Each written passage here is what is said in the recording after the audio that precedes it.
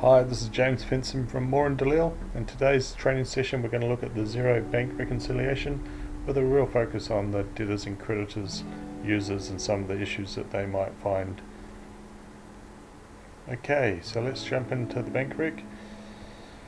And first thing we'll do is we'll look at the city limousines one. This is the one we've had that query on before, but we're going to assume that that $100 is a payment that we've received for an old invoice. And we're just going to jump into find and match.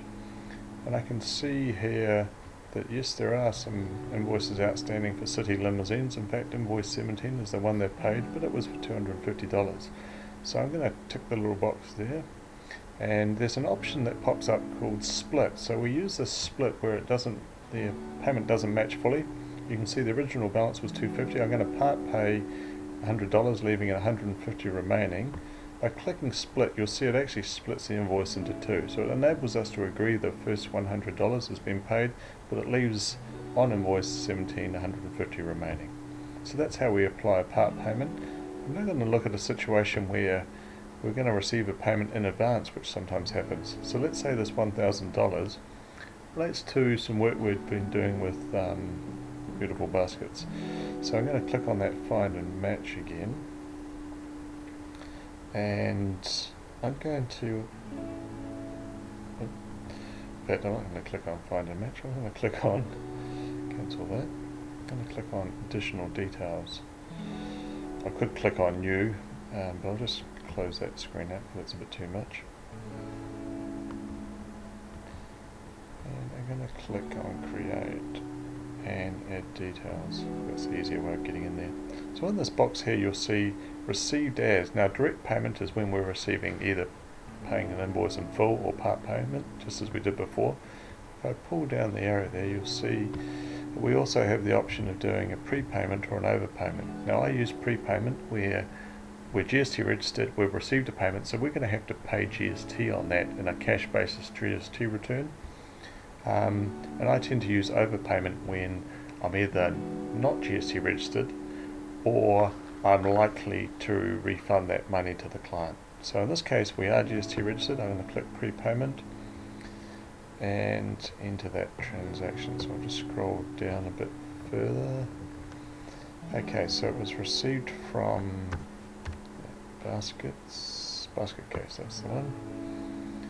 And I'm just going to say prepayment in my little reference there. In my description, pay, it's $1,000. Now I tend to use an income in advance account. Now there isn't one in here for it's been set up, so I'm going to add a new account.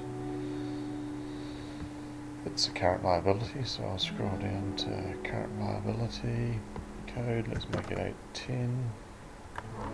Current income in advance, and it actually will have GST on it because we will have to pay GST on that money. So prepayment, income in advance, $1,000, basket case. Yep, that all sounds good. And I'm going to save that transaction. You'll notice it's a bit hard to see, but it puts a little PP next to that payment just to remind us that it's actually a prepayment. That all looks good. I'll click OK. Now I'll do a similar example where we've received some money, but it's going to be recognised as an overpayment. Okay, so we've got 1,500 here. Let's click on add details. This time we'll do the overpayment.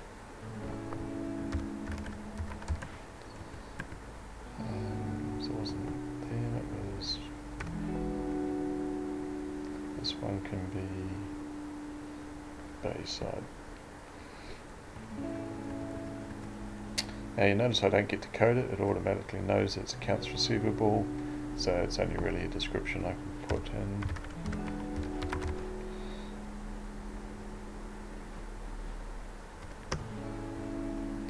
And hit save. Okay, that looks good, but hard to see, but that one has a little OP next to it. So I'm going to have a look at my debtors now. So if I have a look at my aged receivables, we'll see Basket case isn't showing that additional amount that I've paid, but base side is. The difference, of course, being that in the case of basket case, I actually keyed an invoice called income in advance. I've received a payment against that, so I'm picking up GST on that transaction, but it doesn't show that there's an amount outstanding.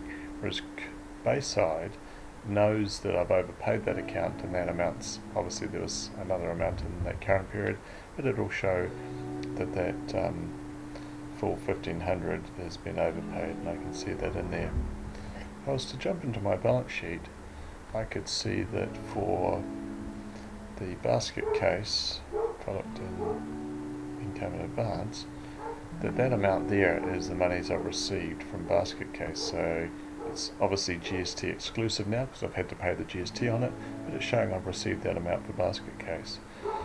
The trick comes when I actually start to invoice for this work. So I'm going to go into sales and I'll invoice basket case. So I'm going to create a new invoice for basket case.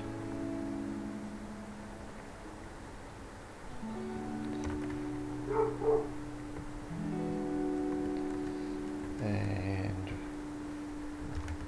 good description, work. I'm going to make it inclusive just to make it easier. No item, some work, $1,000 inclusive. And that'll be for sales. So this is the invoice, this all looks good, $1,000, that's the work we did, that's exactly the way we want it, and I'll hit save. But now you'll notice that for basket case, I can offset, actually I need to save that, approve that, should I say. So if I approve it, not save it, I'll now get this option to apply the credit. So it's recognised that for basket case that I've received $1,000, that income in advance we were looking at before. Notice how it says $1,000, so even though it knows that I've paid the GST, it knows that the full amount of the invoice was $1,000.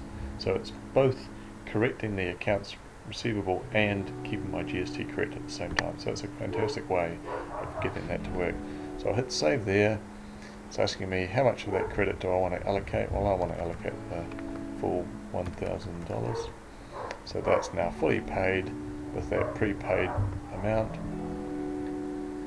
And voila, I should be all back up and running. So that was some quick examples of the cash book and how you can, the types of strange transactions you might get if you're using debtors and creditors. Hopefully that was useful, and tune into some of our other sessions.